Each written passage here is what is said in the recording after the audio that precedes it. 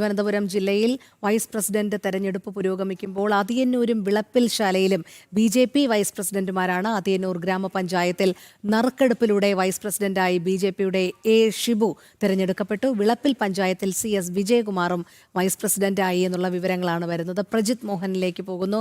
പ്രജിത്ത്, പറയൂ, തിരുവനന്തപുരം ജില്ലയിൽ vice president തെരഞ്ഞെടുപ്പ് പുരോഗമിക്കുമ്പോൾ അതിയന്നൂരും വിളപ്പിൽ ശാലയിലും ബി.ജെ.പി. വൈസ് പ്രസിഡന്റുമാർ എന്നാണല്ലോ മനസ്സിലാക്കാൻ കഴിയുന്നത്.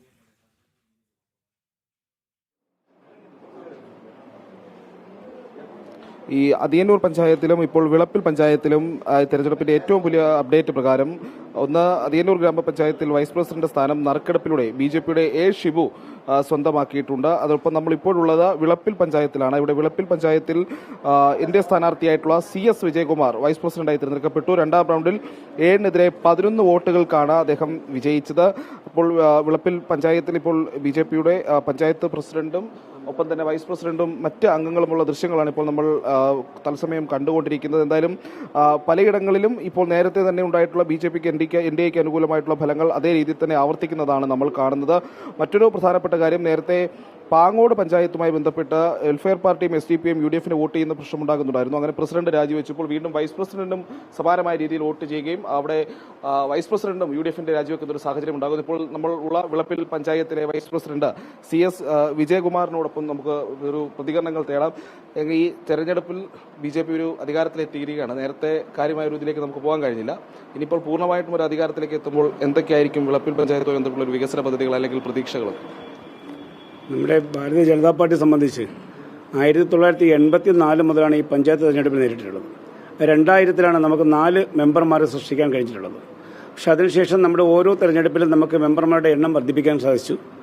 നമ്മുടെ കഴിഞ്ഞ പ്രാവശ്യം കപ്പിനും ചിണ്ടിനും ഇടയിലാണ് നമ്മുടെ ഭരണം നമുക്ക് നഷ്ടപ്പെട്ടത്.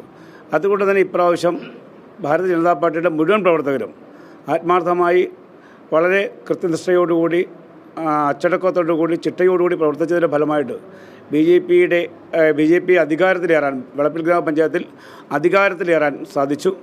15 സീറ്റുകൾ നമുക്ക് ഉണ്ടാക്കിയെടുക്കാൻ സാധിച്ചു. ഈ പഞ്ചായത്ത് കഴിഞ്ഞ കുറേ കാലങ്ങളായി ഒരു വികസന മുരടിപ്പ് ഉണ്ടായിട്ടുള്ളൊരു പഞ്ചായത്താണ്. നമുക്കറിയാം, കേരളമൊട്ടാകെ, പ്രത്യേകിച്ച് ഈ രാജ്യമൊട്ടാകെ വളരെ മോശമായി കണ്ടിരുന്ന വിളപ്പിൽ ശാല ചവറ് ഫാക്ടറിയുടെ പഞ്ചായത്ത് എന്ന രീതിയിൽ വളരെ മോശമായി കണ്ടിരുന്ന പഞ്ചായത്താണ്. പക്ഷേ അതിൽ നിന്നൊക്കെ തന്നെ നമുക്ക് മാറ്റിക്കൊണ്ട് ഈ പഞ്ചായത്തിൽ ഇപ്പം ബി.ജെ.പി. അധികാരത്തിൽ വന്നതുകൊണ്ട് സമൂലമായൊരു വികസന പദ്ധതി നമുക്കിവിടെ ആവിഷ്കരിക്കാൻ സാധിക്കും. 22 വാർഡുകളാണ് ഈ പഞ്ചായത്തിൽ ഉള്ളത്. 22 വാർഡുകളെയും ഒന്നായി കണ്ടുകൊണ്ട് നരേന്ദ്രമോദി സർക്കാർ കേന്ദ്രത്തിൽ നടപ്പിലാക്കുന്ന പദ്ധതികൾ അതേ ആശയത്തോടുകൂടി അതേ ആദർശത്തോടുകൂടി വിളപ്പിൽ പഞ്ചായത്തിൽ പൂർണ്ണമായും ഒരു വികസന പദ്ധതിയാണ് നമ്മൾ നടപ്പാക്കാൻ ഉദ്ദേശിക്കുന്നത്. ഏറ്റവും താഴേക്കടയിലുള്ള സാധാരണക്കാർക്ക് ഗുണകരമാകുന്ന പദ്ധതികൾ, അതുൾപ്പെടെ ഒരു വികസന കാഴ്ചപ്പാടോടുകൂടി കാർഷിക മേഖലയിൽ സ്വയം പര്യാപ്തത വരുത്തിക്കൊണ്ട്, അതുപോലെ മറ്റു ചെറുകിട വ്യവസായങ്ങൾ ഉണ്ടാക്കിക്കൊണ്ട് ഈ പ്രദേശത്തെ ഏറ്റവും വലിയൊരു വിഷയം യുവാക്കൾക്ക് അവരുടെ ഈ കായിക പരമായ കാര്യങ്ങൾ വളർത്താൻ കഴിയുന്നില്ല എന്നുള്ളതാണ് ഏറ്റവും വലിയൊരു വിഷയം. അതുകൊണ്ട് തന്നെ ആദ്യത്തെ ഞങ്ങളുടെ ഒരു അജണ്ട എന്ന് പറയുന്നത് ഈ വിളപ്പിൽ ഗ്രാമപഞ്ചായത്തിൽ യുവാക്കൾക്ക് വേണ്ടി ഒരു സ്റ്റേഡിയം നിർമ്മിക്കുക എന്നുള്ളതാണ്. അതിനുവേണ്ടിയുള്ള പരിശ്രമങ്ങൾ തുടങ്ങിക്കഴിഞ്ഞിരിക്കുന്നു. അത് ആദ്യമായി നടപ്പിലാക്കുകയും തുടർന്ന് കായിക മേഖലയെ വളർത്തുന്നതിന് വേണ്ടി, അതുപോലെ ടൂറിസ്റ്റ് മേഖല, കടുമ്പുപാറ, അതുപോലെ ശാസ്താംപാറ, ഇതൊക്കെ തന്നെ ടൂറിസ്റ്റ് മേഖല കൊണ്ടെത്തിക്കുന്നതിന് വേണ്ടി രാജ്യാന്തര തലത്തിലേക്ക് അത് ശ്രദ്ധ ചെലുത്തുന്നതിന് വേണ്ടിയുള്ള നടപടികൾ ആരംഭിക്കും. അതുപോലെ തന്നെ മറ്റു തരത്തിലുള്ള പഞ്ചായത്തിലാകമാനം ഒരു വികസന പദ്ധതി നടപ്പിലാക്കുക, ഏറ്റവും സാധാരണക്കാർക്കിടയിൽ കൊണ്ടെത്തിക്കുക എന്നുള്ളതാണിത്. കേരളത്തിലെ ഒരു മാതൃകാ പഞ്ചായത്താക്കി മാറ്റുകയാണ് ബി.ജെ.പിയുടെ ഈ വിളപ്പിൽ പഞ്ചായത്തിൻ്റെ ലക്ഷ്യം. ടൂറിസം, ഒപ്പം തന്നെ കായിക വികസനം തുടങ്ങിയ മേഖലകൾ, അതിനൊപ്പം തന്നെ സാധാരണക്കാരുടെ അടിസ്ഥാന സൗകര്യമടക്കമുള്ള മേഖലകൾക്ക് സമഗ്രമായ പ്രാതിനിധ്യം നൽകുമെന്നുള്ളതാണ് അദ്ദേഹം പറയുന്നത്. എന്തായാലും വലിയ വിജയം നേടിയ ബി.ജെ.പിയുടെ പ്രധാനപ്പെട്ട വിജയങ്ങൾ നേടിയ 5 പഞ്ചായത്തുകളിൽ ഒന്ന് കന്നിക്കാരിയായിട്ടുള്ള ആദ്യ അംഗത്തിൽ തന്നെ വിളപ്പിൽശാല വാർഡിൽ നിന്ന് ജയിച്ച പി. സൗമ്യയാണ് ഇവിടുത്തെ പഞ്ചായത്ത് പ്രസിഡന്റ്. അതോടൊപ്പം തന്നെ അലകുന്നം വാർഡിൽ നിന്ന് 3 തവണ തുടർച്ചയായി മത്സരിച്ച് വിജയിച്ച ആളാണ് ഇപ്പോഴത്തെ നമ്മൾ സംസാരിച്ച വൈസ് പ്രസിഡന്റ് അടക്കം. അങ്ങനെ വലിയ വിജയം നേടിയ വിളപ്പിൽ പഞ്ചായത്തിൽ ഇപ്പോൾ പ്രസിഡന്റും വൈസ് പ്രസിഡന്റ് സ്ഥാനത്തേക്കും ബി.ജെ.പി. അംഗങ്ങൾ ജയിച്ചിരിക്കുന്നു.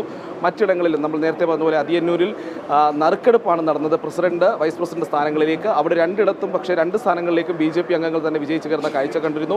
അതിനുശേഷം ഇപ്പോൾ വിളപ്പിൽ, മാർനല്ലൂർ തുടങ്ങിയ പഞ്ചായത്തുകളിലും ബി.ജെ.പിയുടെ പ്രസിഡന്റ് വൈസ് പ്രസിഡന്റ് സ്ഥാനാർത്ഥികൾ വിജയത്തിലേക്ക് എത്തിക്കഴിഞ്ഞു.